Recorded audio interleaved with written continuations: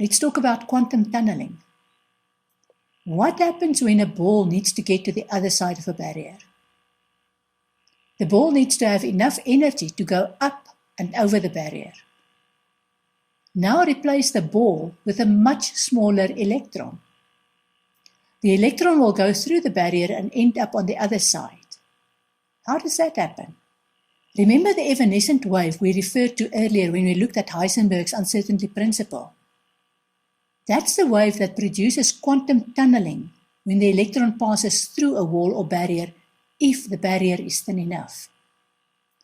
The wave carrying the electron will still exist on the other side, albeit a bit flatter, because the wave function decays exponentially inside the barrier, which means the wave becomes weaker inside the barrier. To my mind, that would explain another phenomenon that has puzzled me for years. When a person dies, they are not destroyed. They simply leave their physical body behind. This is like removing your clothes and putting on an invisible suit.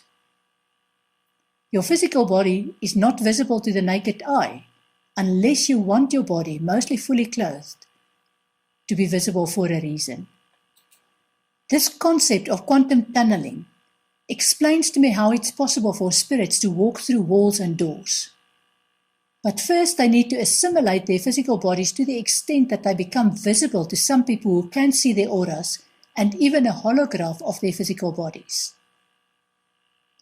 I've also heard and read about people, live people, who reported how they encountered people who walked right through them. To my mind, this is entirely possible, and this concept of quantum tunneling explains how this can happen.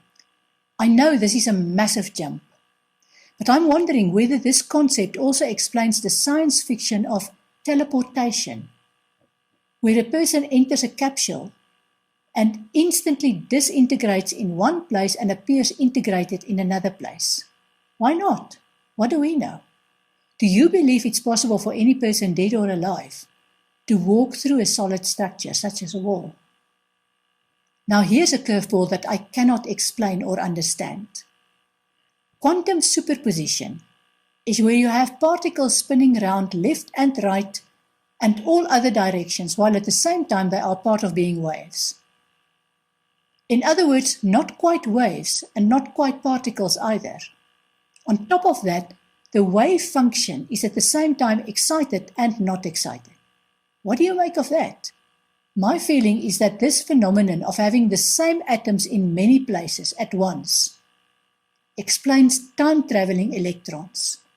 See where my thinking is going? If electrons can time travel, why can spirits not do the same? And why do you need to be a spirit to time travel when there is the possibility to do this consciously? I think this one is to be continued in our brave new world. I've done many psychic readings for clients where they are frustrated and despondent because they've lost hope or nearly lost hope. Many people complain of the same issue, namely that they have dreams and objectives, and they work extremely hard to achieve those dreams, and yet they feel like they encounter every conceivable obstacle. I was initially surprised at what came out of those readings as a response to this despondency, but it does make sense to me. We live our lives in cycles, lasting anywhere from 7 to 9 years. At the end of each cycle, we enter what I call a no man's land, which adds to the feeling of being overworked, frustrated, despondent, and not achieving anything.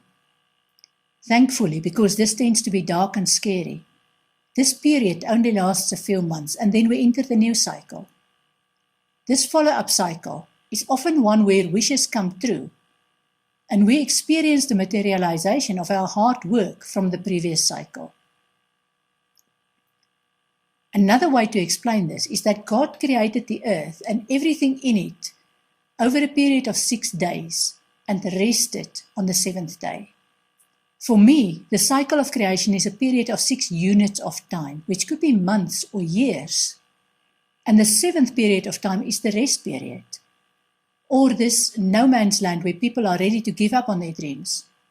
not understanding that they must be kind to themselves and actually rest, so that when the sparks of materialization start flying, they are ready to enter the next cycle with enthusiasm and gratitude. Does this mean that man can create like God creates? Yes and no. Yes, in the sense that we can create experiences and objects. Remember, the Vedas state that there are over 8 million species on this earth, and we are the only species that can create. So in that sense, we are like God. The big difference is that God's creation is always born of love, whereas no human creation is perfect. We refer to universal law in Module 8. When we use our creativity, the law of polarity comes into play. Creativity is never only earthbound. There is a masculine or heavenly and feminine or earthly aspect to creativity. And the masculine and feminine aspects must join up to ensure the manifestation of creative efforts. The creation process works both upwards and downwards. Creation governs the operation of the universe, and the movement is downwards to ensure there is manifestation. This is how we manifest goods and objects.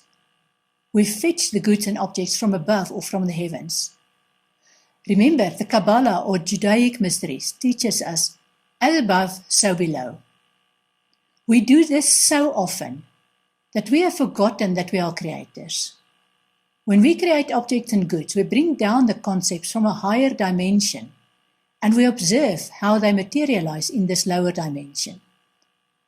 This is also a demonstration of our free will and a masculine principle or a transmitter in action.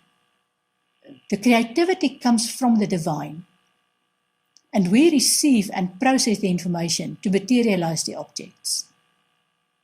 There's also the creation of experiences which enable us to gain wisdom and a glimpse into eternity. We would all love to have lives without any conflict.